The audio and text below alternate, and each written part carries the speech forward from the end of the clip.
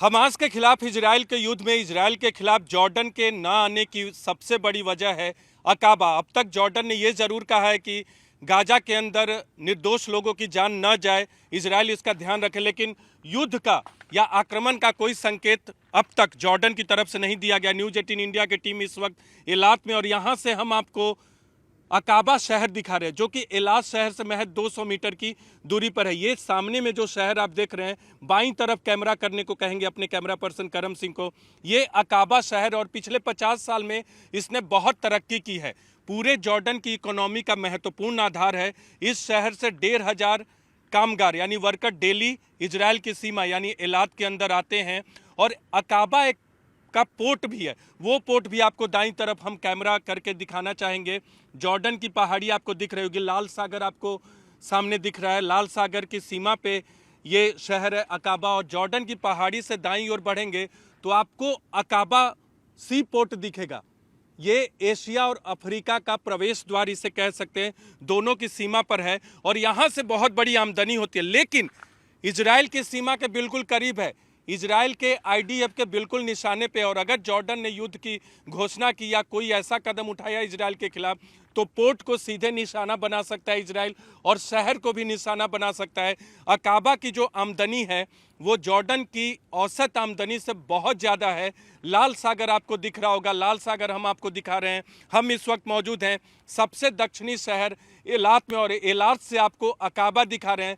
अकाबा ही वो सबसे महत्वपूर्ण कारण है जिसकी वजह से जॉर्डन जो है इस युद्ध में शामिल नहीं हो रहा है, क्योंकि अगर शामिल हुआ तो इजराइल की तरफ से अकाबा को तबाह किया जा सकता है।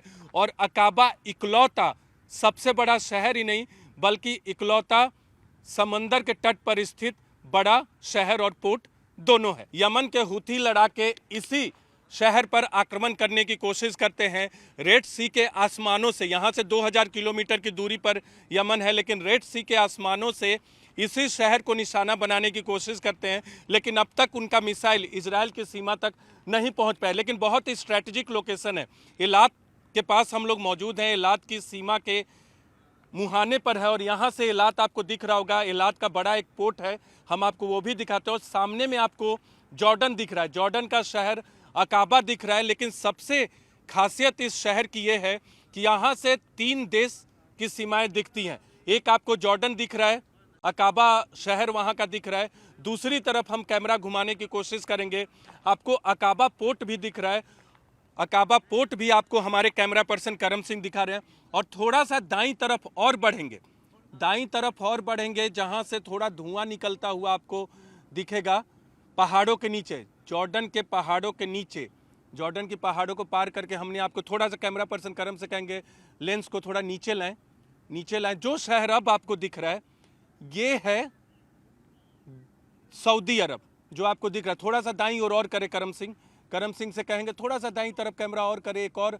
ये शहर जो आपको दिख रहा है, ये धुआं उठता हुआ जहां दिख रहा है, ये जो सऊदी अरब का इलाका है। मिस्र भी इस शहर से सटा हुआ है, लेकिन यहाँ से उसकी सीमा हम नहीं दिखा सकते।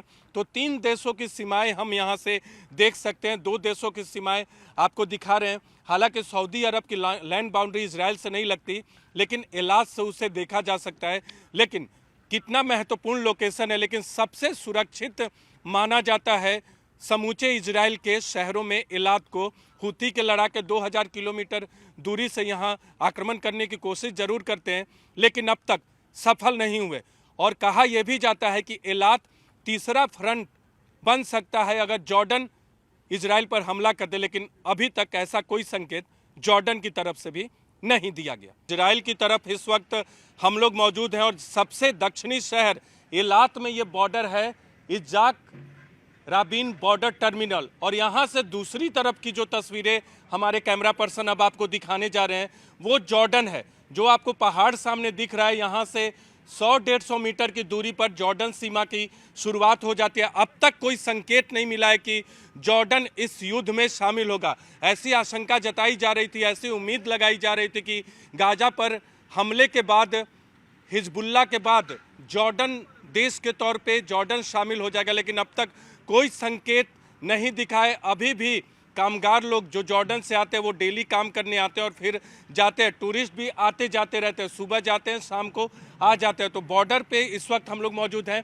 और यहाँ आप देख सकते हैं, यहाँ साफ साफ लिखा हुआ है इज़ाक राबिन टर्मिनल संडे से थर्सडे तक सुबह 6:30 से 8 बजे तक खुला रहता है।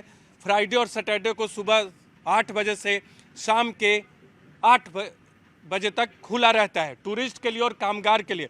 तो अभी कोई उम्मीद या ऐसी आशंका जो जताई जा रही थी कि जॉर्डन भी इस युद्ध में शामिल होगा, उसके संकेत न जॉर्डन की तरफ से मिले हैं और न यहाँ बॉर्डर के शहरों में लगातार जो आवाजाही चल रही है वहाँ से दिखा है। तो अभी भी ये बॉर्डर खुला हुआ है।